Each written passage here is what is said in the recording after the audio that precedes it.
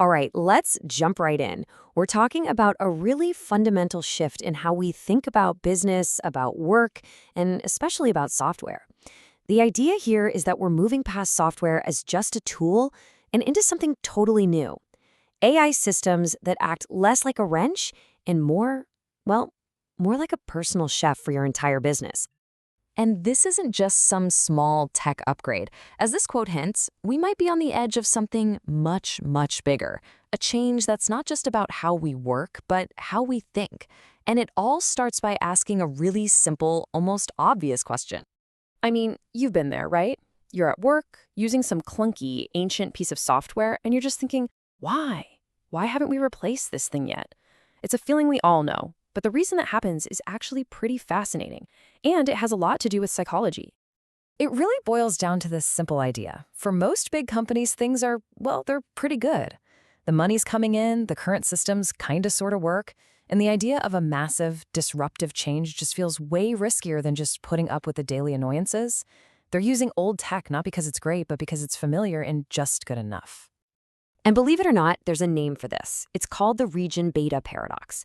It's the strange quirk of human nature where a really terrible situation makes us act fast, but a situation that's just mildly bad allows us to just stay stuck.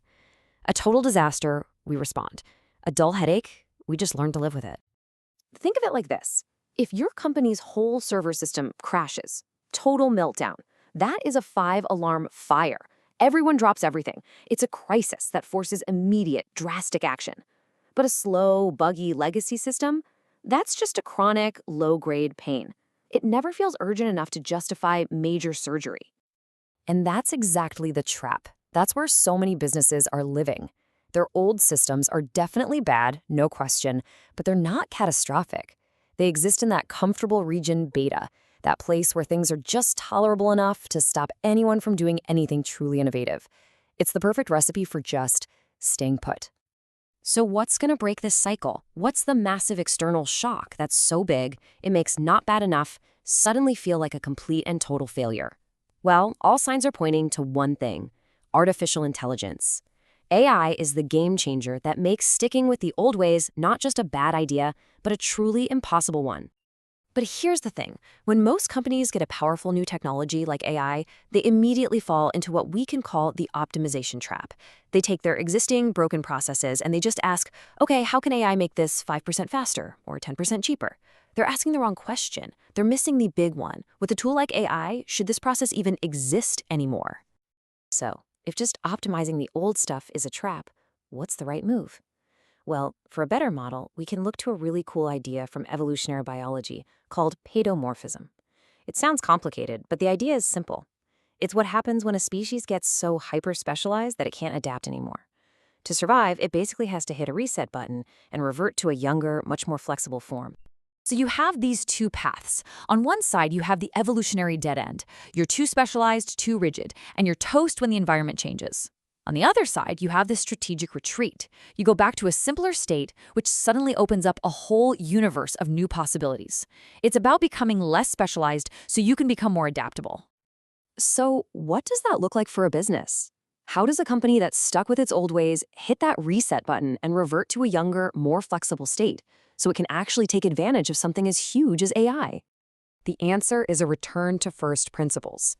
It means instead of trying to duct tape AI onto your old processes, you tear everything down to the studs. You ask the fundamental questions. What is the absolute core goal here? What problem are we really trying to solve? You basically simulate being a startup again, with a clean slate. And when you build back up from those first principles, using AI from the ground floor, you don't just get a faster version of the old thing. You get something completely different. So let's go back to that chef analogy. Imagine an AI that is a true personal chef for your business. It doesn't just wait for you to tell it what to do. It knows your goals, it knows your tastes, it knows your deadlines, and it proactively tells you the best thing to do next. Now, this is the absolute heart of this whole shift. The old world of software is what you'd call self-service. It gives you the tools, the dashboards, the databases, and basically says, okay, you figure it out. This new world is built on what are called teleological systems. Here, you just tell the system the outcome you want, and it tells you what you need. So, what does that really mean? Teleological systems are goal-oriented. They're AI advisors. You're not giving them a long list of commands. You're just giving them a destination. It's like telling your chef, I want to be healthy enough to run a marathon in 3 months. The chef then designs the entire meal plan. You just focus on the goal. And when your software starts acting like a team of expert advisors, your job changes dramatically. You're no longer the one down in the weeds, clicking the buttons, pulling the reports. You get elevated. In this new world, your real job is to be the CEO, to set the vision and make the big strategic calls. So what skills matter most in a world like this? Well, your new job description starts to look a lot more human. It's the ability to take in huge amounts of information and see the big picture, to ask your AI advisors the really smart questions, to manage resources, to lead people, and to always keep that first principles way of thinking. These are the skills that AI doesn't replace. It makes them more valuable than ever. And that leaves us with one last, really important question to think about. When all the tedious, repetitive work is automated, and you have an expert AI advisor helping you with every part of your business, you're left with this incredible freedom, but also this incredible responsibility.